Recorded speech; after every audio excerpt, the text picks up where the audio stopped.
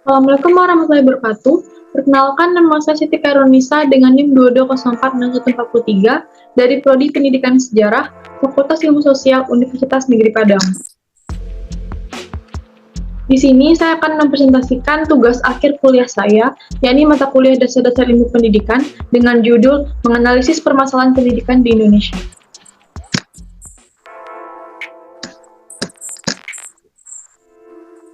Ada 7 permasalahan pendidikan di Indonesia. Yang pertama ada pemerataan, kuantitas, kualitas, efisiensi, efektivitas, relevansi, dan yang terakhir tenaga pendidik dan serta tenaga kependidikan. Kita masuk yang pertama, yaitu pemerataan.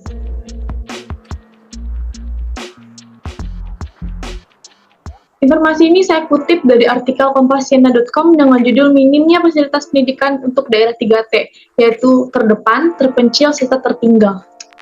Dalam dunia pendidikan saat ini, tidak semua masyarakat Indonesia merasakan indahnya menuntut ilmu, nikmatnya kelas yang nyaman, contohnya adalah daerah 3T, yang mengalami keterbelakangan dalam pendidikan. Contoh dari daerah 3T yaitu ada Papua dan juga Kalimantan. Saya memasukkan artikel ini ke pemerataan pendidikan karena tidak meratanya fasilitas pendidikan daerah 3T yang mana tidak mendukung sekolah dan dapat mengganggu aktivitas belajar para siswa, terlebih lagi bila tempat tersebut yang digunakan terbilang kotor, kumuh, dan sangat mengganggu kegiatan para siswa. Faktor yang mempengaruhi berkembangnya permasalahan adalah adanya sistem pembangunan yang tidak merata, dikarenakan pembangunan pada aspek edukasi sebagai alasannya. Pendidikan tidak merata menjadi sorotan utama dari masalah-masalah yang lain. Daerah 3T belum sepenuhnya lapisan masyarakat yang dapat dijangkau, apalagi yang tinggal di pedalaman dan di wilayah terpencil, yang secara geografis sulit dijangkau. Berdasarkan hasil tersebut berakibat pada ketidakseratan layanan pendidikan yang diterima pada usia sekolah nasional. Berdasarkan Perpres nomor 63 tahun 2020 tentang penetapan daerah tertinggal 2020-2024, ada 62 kabupaten yang masuk kategori ini. Beberapa di antaranya adalah Nias, Kepulauan Mentawai, Lombok Utara, Sumba Tengah, Maluku Utara, Papua, serta daerah Kalimantan lainnya. Adapun upaya pemerintah yang dilakukan untuk mencegah atau mengurangi hal tersebut adalah pengadaan tenaga pendidik atau PNS. Pemerintah menambahkan guru-guru PNS dan di tempat daerah terpencil tertinggal agar bisa menjangkau lapisan masyarakat di sana untuk mendapatkan pendidikan yang layak.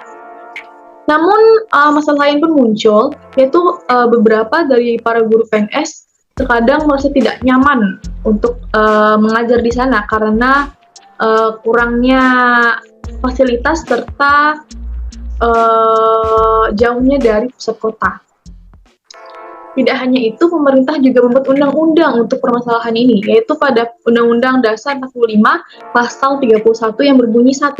Setiap warga negara berhak mendapatkan pendidikan. 2. Setiap warga negara mengikuti pendidikan dasar dan pemerintah membiayai pendidikan tersebut. 3. Negara memprioritaskan anggaran pendidikan 20% dari anggaran pendapatan negara. 4. Pemerintah memajukan ilmu pengetahuan dengan menjunjung tinggi nilai dan bantuan pemersatuan bangsa. Itu merupakan termasuk dari upaya penanggulangan pemerintah untuk permasalahan ini. Termasuk yang kedua, itu ada kuantitas. Saya mengutip informasi ini dari artikel yang telah tayang di riaupost.com dengan judul Disdik Riau Membangun 18 Sekolah Baru. Pelaksanaan tugas atau PLT Kepala Distrik Provinsi Riau M. Job Kurniawan mengatakan, pembangunan 18 USB, SMA, atau SMK di Riau tersebut dalam rangka mengurangi beban PPBD SMA SMK negeri di Provinsi Riau. Padatnya PPBD di Riau sangat mengkhawatirkan, itulah yang menyebabkan pemerintah Riau berusaha mengurangi beban tersebut, salah satunya dengan memulai membangun sekolah-sekolah baru. Alasan saya memasukkan artikel ini ke bagian kuantitas ialah permasalahan kuantitas ialah karena banyaknya permasalahan daya tampung yang tidak sesuai dengan jumlah siswa yang akan mendaftar. Itulah mengapa perihal tambahan gedung sangat dibutuhkan untuk mengurangi kepadatan tersebut. Adapun upaya yang dilakukan pemerintah ialah dibangunnya sejumlah sekolah baru. Tahun depan Disdik Riau akan membangun 18 USB di seluruh Riau dengan rincian 14 USB SMA dan 4 USB SMK, khususnya di Pekanbaru yang cukup banyak kekurangan ruangan saat PPBD SMA SMK. SMA atau SMK negeri yang akan dibangun pada tahun 2023 diantaranya SMA 17 Jalan Parit Indah, Pekanbaru, 18 Jalan D5, Pekanbaru, dan 19 Jalan Fajar, Pekanbaru. Selanjutnya adalah ada SMA 1 Batang Parana, SMA 2 Batang Cenaku, dan SMA 2 Batang Gansai Intu. Dan ada sekolah-sekolah lainnya. Selain USB, tambah MJOT, Distrik Riau juga akan membangun ruang kelas baru RKB di beberapa SMA atau SMK di Kabupaten se-Provinsi Riau, salah satunya di Pekanbaru yang sering kekurangan ruangan saat PPWD. Kami juga membangun ruangan kelas baru seperti di Pekanbaru ada beberapa sekolah kita bangun RBK. Kami harap dengan adanya penambahan USB dan URB agar bisa mengurangi permasalahan PPWD, ucap MJOT di selaku Distrik Riau. Nah, kita lanjut ke penyebab kepadatannya, yaitu ada 6 penyebabnya. Pertama, ada kurangnya jumlah sekolah di daerah Riau. Jumlah daya tampung sekolah tidak sesuai dengan jumlah murid yang mendaftar, yaitu tidak sesuainya sinkronnya antara daya tampung serta peserta didik yang akan mendaftar. Lalu ada kepadatan semakin diperparah dengan beban PPWD, kekurangan fasilitas belajar di sekolah-sekolah, yaitu di sekolah-sekolah di Riau kebanyakan kekurangan fasilitas atau bisa dibilang tidak mencukupi dan tidak layak untuk dijadikan tempat belajar. Lalu ada tidak ternotisnya tempat-tempat pelosok yang sebetulnya juga membutuhkan sekolah yang cukup. Kurangnya perhatian pemerintah terhadap pelosok-pelosok di Riau menyebabkan banyak dari siswa yang di Riau tidak dapat sekolah karena kurangnya pengertian pemerintah untuk membangun sekolah di tempat tersebut. Terakhir, kurangnya jumlah tenaga kependidikan yang mengakibatkan pemerintah akhirnya membuat keputusan untuk membangun sekolah baru disertai dengan para pendidiknya yang layak dan menyebar ke seluruh pelosok Indonesia agar adil dan dapat dirasakan oleh siswa-siswa yang ada di pelosok. Selanjutnya kita masuk ke kualitas. Artikel ini saya kutip dari Kompasiana.com dengan judul Upaya dalam Meningkatkan Mutu Pendidikan Indonesia. Alasan saya memasukkan artikel ini ke bagian kualitas ialah permasalahan kualitas ialah karena untuk menjamin kualitas di sekolah, maka pemerintah perlu melakukan upaya peningkatan mutu agar ilmu yang didapat oleh mahasiswa lebih berkualitas. Kualitas pendidikan Indonesia masih belum cukup untuk dikatakan bermutu atau belum mencapai mutu pendidikan yang tinggi. Hal ini berdasarkan pemeringkatan dari World Population Review tahun 2021 yang menempatkan Indonesia pada peringkat ke-57 dari 78 negara yang masuk dalam pemeringkatan pendidikan dunia, yaitu berada dalam posisi yang cukup rendah. Negara yang masuk dalam peningkatan pendidikan di dunia, pentingnya mutu pendidikan ini sangat mempengaruhi terciptanya sumber daya manusia berkualitas yang akan mendukung tercapainya pembangunan nasional secara menyeluruh.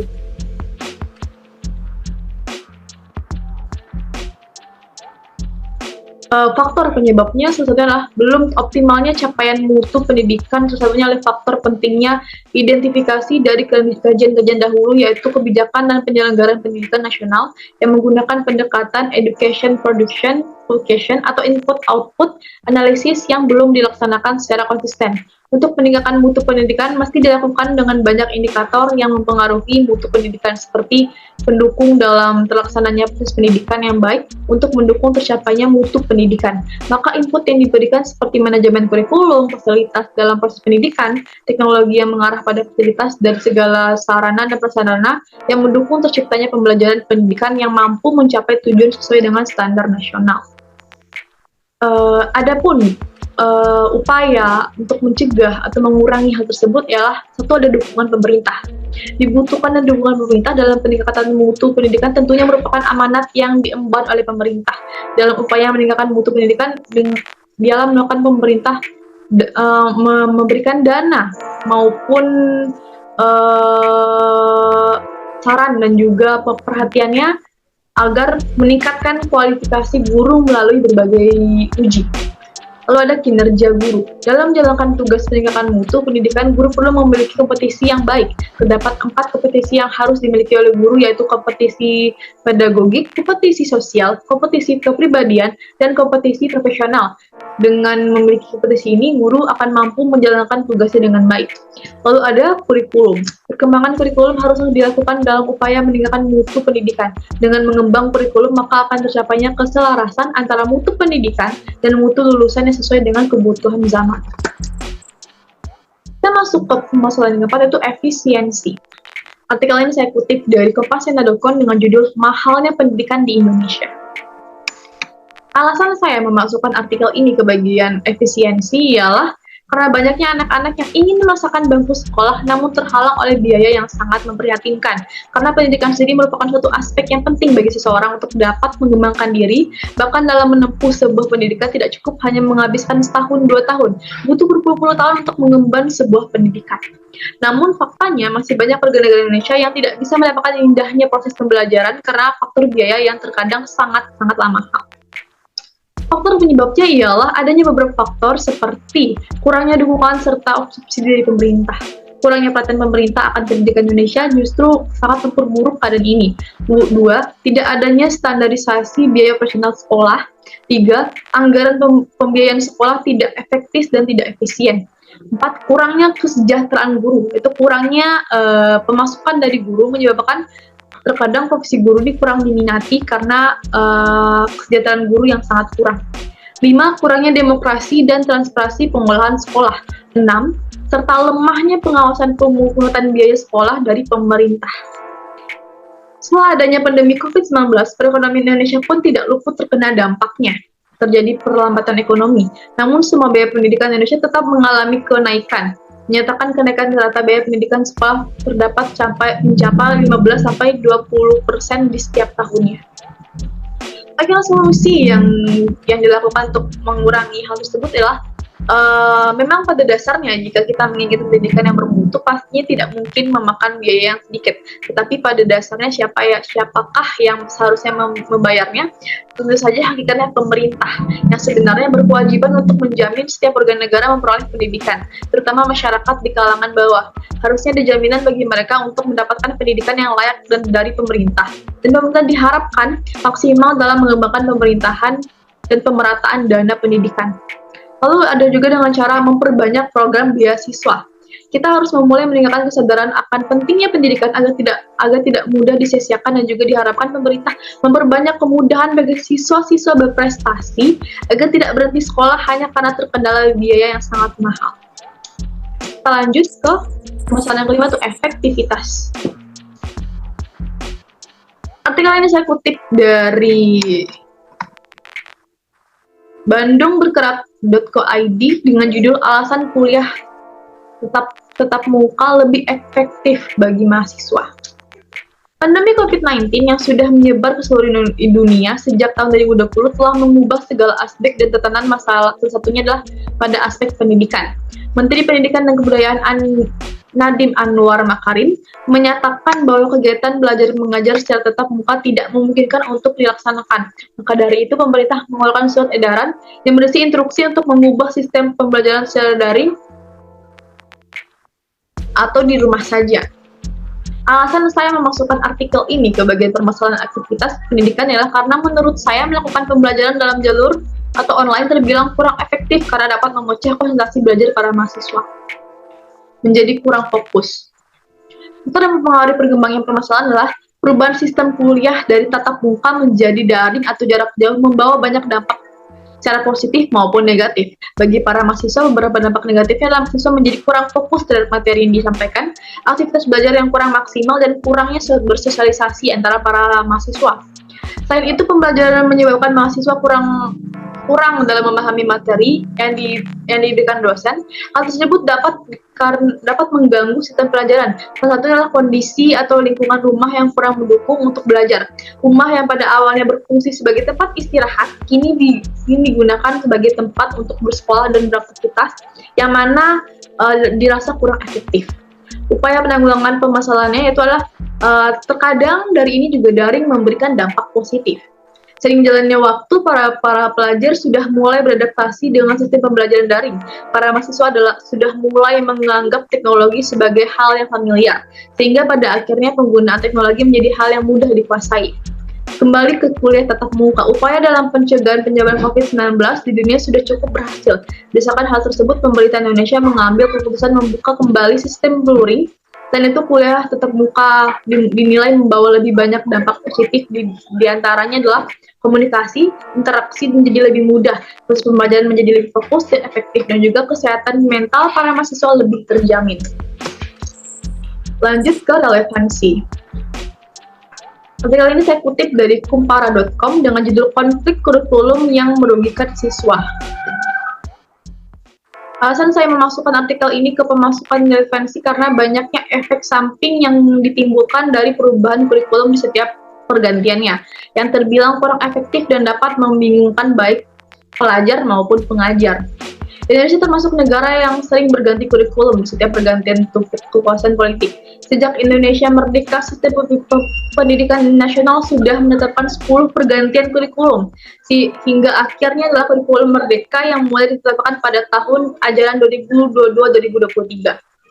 Faktor yang mempengaruhi berkembangnya permasalahan adalah terdapat beberapa kendala problematis dalam penempatan kurikulum di Indonesia. Pertama, perubahan sistem kurikulum tidak dibarengi dengan persiapan dan studi kelayakannya matang. Kedua, implementasi kurikulum yang bermutu dan kompleks. Tidak halnya pergantian sistem kurikulum yang diaplikasikan di Indonesia terbilang cukup kompleks. Ketiga, kekurangan sarana dan prasarana maupun infrastruktur sekolah. Berjalannya sesuatu kurikulum akan amat tergantung pada alat serta instruktur pendidikan yang dimiliki.